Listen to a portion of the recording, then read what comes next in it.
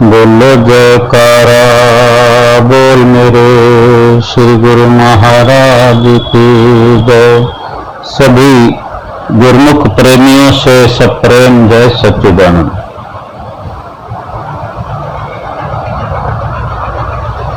दुनिया के अंदर बहुत सी परंपराएं हैं, रिवाज हैं, रीतियां हैं। अगर उनको सही तरीके से अपनाया जाए, अपने जीवन में लागू किया जाए, एक मर्यादा के अंदर उनका जो है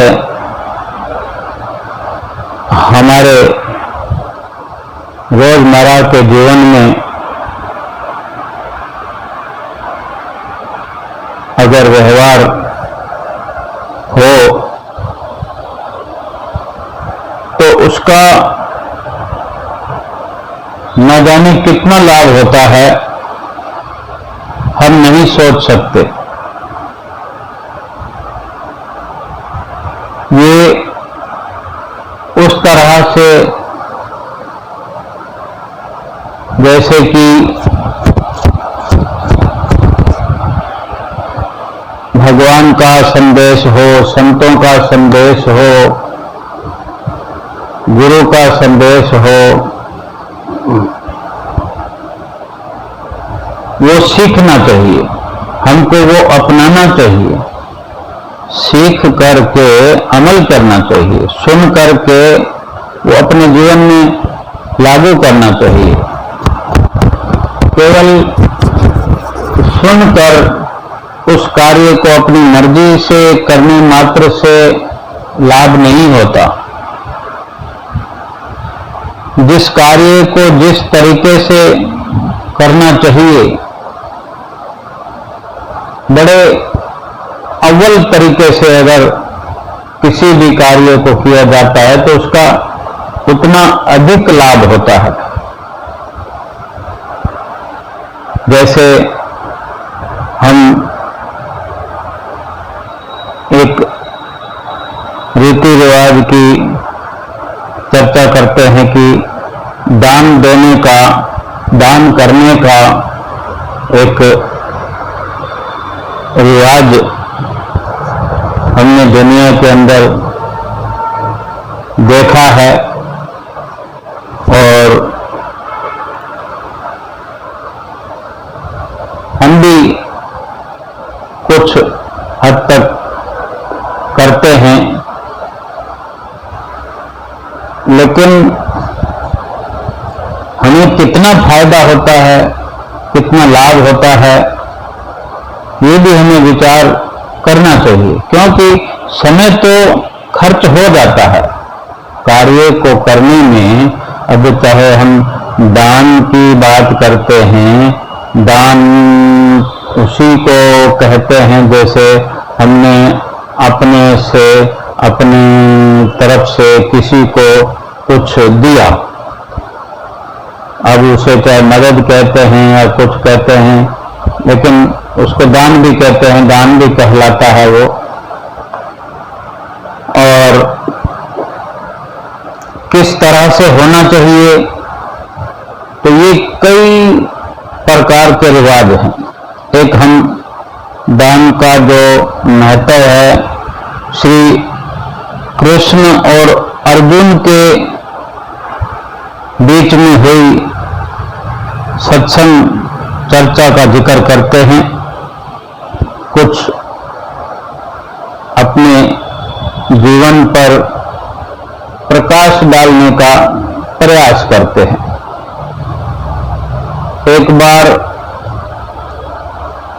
श्री कृष्ण और अर्जुन दोनों ही कहीं जा रहे थे, तो रास्ते में अर्जुन ने भगवान श्री कृष्ण से पूछा कि प्रभु, मेरे मन में एक जिज्ञासा है एक जिज्ञासा है मेरे मन में, अगर आपकी आज्ञा हो तो मैं अपनी जिज्ञासा का समाधान करना चाहता हूं, पूछूं आपसे। तो श्री कृष्ण का, अर्जुन तुम मुझसे बिना किसी हिचक कुछ भी पूछ सकते हो, क्योंकि भगवान होकर भी श्री कृष्ण अर्जुन के साथ सखा की तरह, मित्र की तरह रहते थे। तो अर्जुन ने पूछा, अर्जुन ने कहा कि मुझे आज तक ये बात समझ नहीं आई कि मैं दान तो बहुत करता हूं, परंतु जितना दान मैं करता हूं उतनी प्रशंसा तो मेरी लोग करते नहीं। प्रशंसा कर्ण की अधिक होती है। कर्ण को सबसे बड़ा दानी क्यों कहते हैं लोग? ये प्रसन्न सुनकर श्री कृष्ण मुस्कुराए और बोले कि आज मैं तुम्हारी ये जिज्ञासा अवश्य शांत करूंगा ही। तो श्री कृष्ण ने जैसे चल तो रहे थे, कहीं जा रहे थे रास्ते में, तो श्री कृष्ण ने पास में ही, अब वो भगवान हैं, कहीं भी कुछ भी कर सकते हैं, दिखा सकते हैं, कहीं नगर बसा दें, चाहे तो कहीं भी शहर बसा दें, कहीं चाहे तो उजाड़ दें। तो चलते चलते ही दो पहाड़ियों को सोने का बना दिया।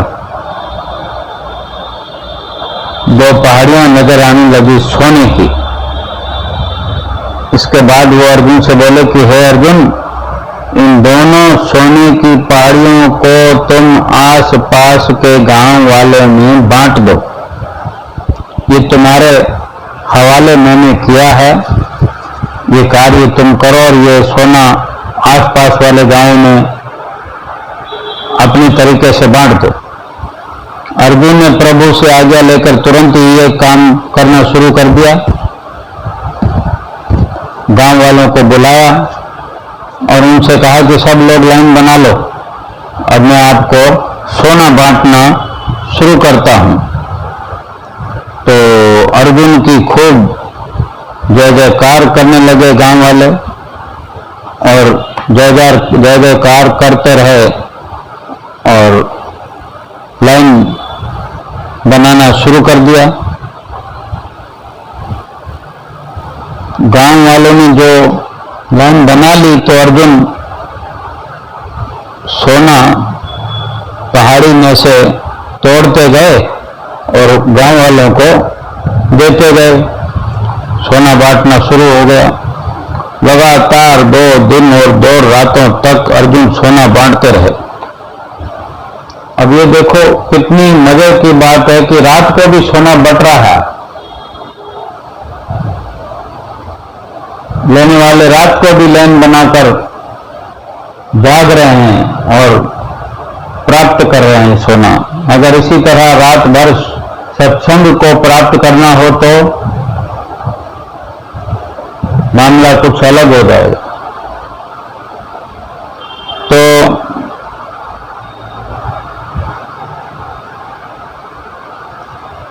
दो दिन और 2 रातों तक सोना बांटते बांटते बांटते अर्जुन काफी थक भी चुके थे। लेकिन एक और बात है कि सोना बांटते बांटते उनको यही दिखने लगा कि मैं सोना बांट रहा हूं, बांट रहा हूं, बांट रहा हूं। उनको अहंकार भी आने लगा, कहीं वो ऐसा महसूस करने लगे कि मैं सब गांव वालों को बांटने वाला हूं। अर्जुन की जय जयकार भी हो रही थी। यानी चित्तवृत्तियों में अहंकार छाने लगा। अब थकान के कारण कुछ लोग जो दोबारा लाइन में लग जाते थे, इसका कौन हिसाब लगाए।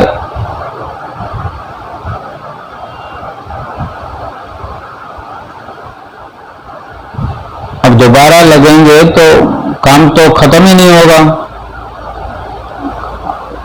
और इस तरह से अर्जुन जो थक चुके थे, जिन सोने की पहाड़ियों से अर्जुन सोना तोड़ रहे थे, उन दोनों पहाड़ियों के आकार में, जिस आकार में कृष्ण ने उन पहाड़ियों को सौंपा था अर्जुन को, वो पहाड़ियां वैसे की वैसे जस की तस बनी हुई थी। ऐसा लगता था कि उसमें एक रत्ती भर भी सोने की कमी नहीं आई।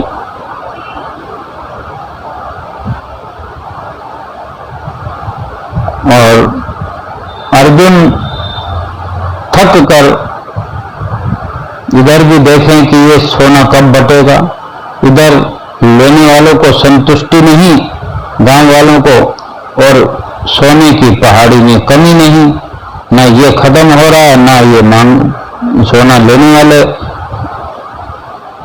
भरपूर हो रहे हैं, भीड़ खत्म हो रही है, ऐसा नहीं नजर आ रहा। और ये देखकर अधिक थक गए अर्जुन, तो श्री कृष्ण से कहने लगे, मुझसे ये काम और नहीं हो सकेगा, मुझे थोड़ा आराम करना है। प्रभु ने कहा कि ठीक है, तुम अब आराम करो। और फिर श्री कृष्ण ने क्या किया कि उन्होंने कर्ण को बुला लिया, और यही बात उन्होंने कर्ण से कही श्री कृष्ण ने कि इन दोनों सोने की पहाड़ियों को, ये दोनों पहाड़ियों का सोना जो है इन गांव वालों में बांट दो। तो कर्ण जो दानी कहलाता था, तो हर किसी के अंदर कुछ ना कुछ तो ऐसा होता है जो उसका नाम पड़ जाता है वही। तो कर्ण तुरंत सोना बांटने के लिए चल दिए। उन्होंने गांव वालों को बुलाया, इकट्ठा किया, और उनसे वहां आकर ये साफ साफ कह दिया कि ये जो सोना नजर आ रहा है ये सब आप लोगों का है, जिसको जितना सोना चाहिए वो यहां से ले जाए। जिसने नहीं सुना उनको भी आप समाचार पहुंचा दो। जो उनके सुपुर्द कर दिया, जैसे श्री कृष्ण ने कर्ण के सुपुर्द किया, कर्ण ने उन गांव वालों के सुपुर्द कर दिया। तो ये देखकर अर्जुन ने कहा कि ये ऐसा तो मैं भी कर सकता था, अगर ऐसा ही मैं करता, इसी तरीके से मैं सोना बांटता, तो मुझे आज थकान नहीं होती और मेरे अंदर जो अहम पनप रहा है वो अहंकार भी मेरे अंदर ना आता। ऐसा विचार कर ही रहा था कि श्री कृष्ण ने जवाब दिया कि तुम सोने से मोह करने लगे थे, तुम्हें सोने से मोह हो गया था। तुम खुद ये निर्णय कर रहे थे कि किस गांव वाले को कितनी जरूरत है, उतना ही सोना तुम उस पहाड़ी से खोद खोद कर दे रहे थे, हिसाब किताब कर रहे थे। तुमने दातार होने का, दानी होने का भाव आ गया था। और इसी दूसरी तरफ कर्ण ने ऐसा नहीं किया, वो सारा सोना गांव वालों को देकर उनके सुपुर्द करके वहां से चल पड़े। वो नहीं चाहते थे कि उनके सामने कोई उनकी जय जयकार करे, प्रशंसा करे, उनकी पीठ थपथपाए, या फिर ये भी उन्हें परवाह नहीं थी कि उनके पीठ के पीछे लोग क्या कहते हैं। उनको न प्रशंसा की न आलोचना की कोई फिक्र नहीं थी। तो ये उस आदमी की निशानी है जिसे आत्म ज्ञान मिल चुका हो कि जब ये मुझे काम सौंपा गया है तो मुझे वो काम करना है। मैं तो सेवक हूं, सेवादार हूं, सेवा का ही भाव मन में होना चाहिए। इस तरह श्री कृष्ण ने खूबसूरत तरीके से अर्जुन के प्रश्न का उत्तर दिया। अर्जुन को भी यह प्रश्न का उत्तर मिल चुका था। यानी निष्कर्ष हमने ये निकलता है कि दान देने के बदले में धन्यवाद या बधाई की उम्मीद नहीं करना चाहिए। आज हम थोड़ा बहुत भी कोई कार्य करते हैं तो पहले फोटो खिंचवाते हैं, हमारी पिक लगनी चाहिए, सबको पता लगना चाहिए। गली मोहल्ले में, मंदिर द्वारे में कहीं भी कुछ देते हैं तो उसका बखान चाहते हैं कि माइक में भी उसका बखान हो कि ये वस्तु फला फला व्यक्ति ने इस उपलक्ष्य में यहाँ भेंट की, फिर तालियां बजती है। ये ठीक नहीं है। हमारा सत्कर्म करने का इरादा है तो सत्कर्म हो जाए, अहंकार न पनपने पाए, मन में कुछ भाव ऐसा ना हो कि हम अपने आप को करण कराउनहार समझें। ये तो हुई संसारिक बात। अब हम श्री गुरु महाराज जी का जो हमारे लिए फरमान होता है वो कहीं इससे ऊपर उठकर है। वो हमें चिताते हैं कि हम सारी दुनिया को दान देते हों, लेकिन क्या हमने अब कभी सोचा कि हमारे इस शरीर के अंदर, इस जिस्म के अंदर भी कोई है जिसको कुछ जरूरत है? वो हमें कौन बताएगा? हमारे श्री गुरु महाराज जी हमें चिताते हैं कि ये जो जीव आत्मा है, ये दीनहीन कमजोर अवस्था में चिरकाल से,